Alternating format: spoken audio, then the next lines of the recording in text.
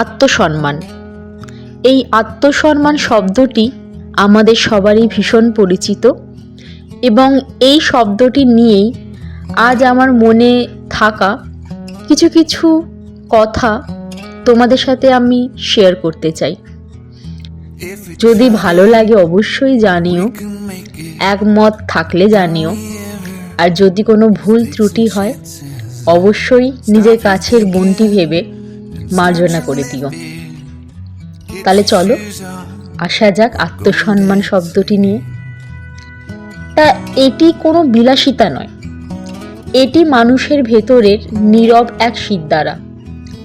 যে মানুষ নিজের কাছে ছোট হয়ে বাঁচে সে আসলে প্রতিদিনই একটু একটু করে মরে। সবাইকে সুখী, সবাইকে খুশি, সবাইকে আনন্দে রাখতে গিয়ে নিজেকে হারিয়ে ফেলাটা কিন্তু কোনো মহত্বের বিষয় নয়।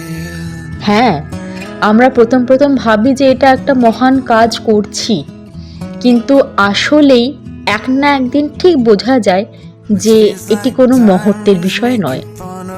কিছু দরজা নিজেই বন্ধ করে দিতে হয়, কারণ সবখানে দাঁড়িয়ে থাকাটা তার প্রাপ্য নয়।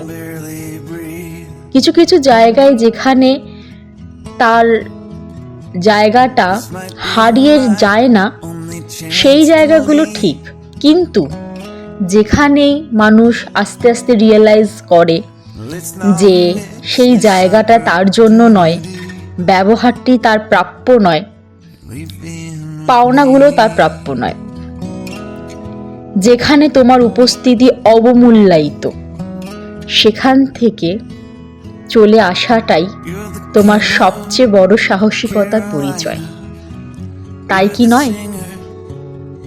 জীবন তো একটাই, আর সেইটা কোনো পোকা মাকড় জীব জন্তু না হয়ে একটা মানুষের মতো জীবন পাওয়াটা, এটা কিন্তু নেহাত ঠুনকো এক বিষয় নয়।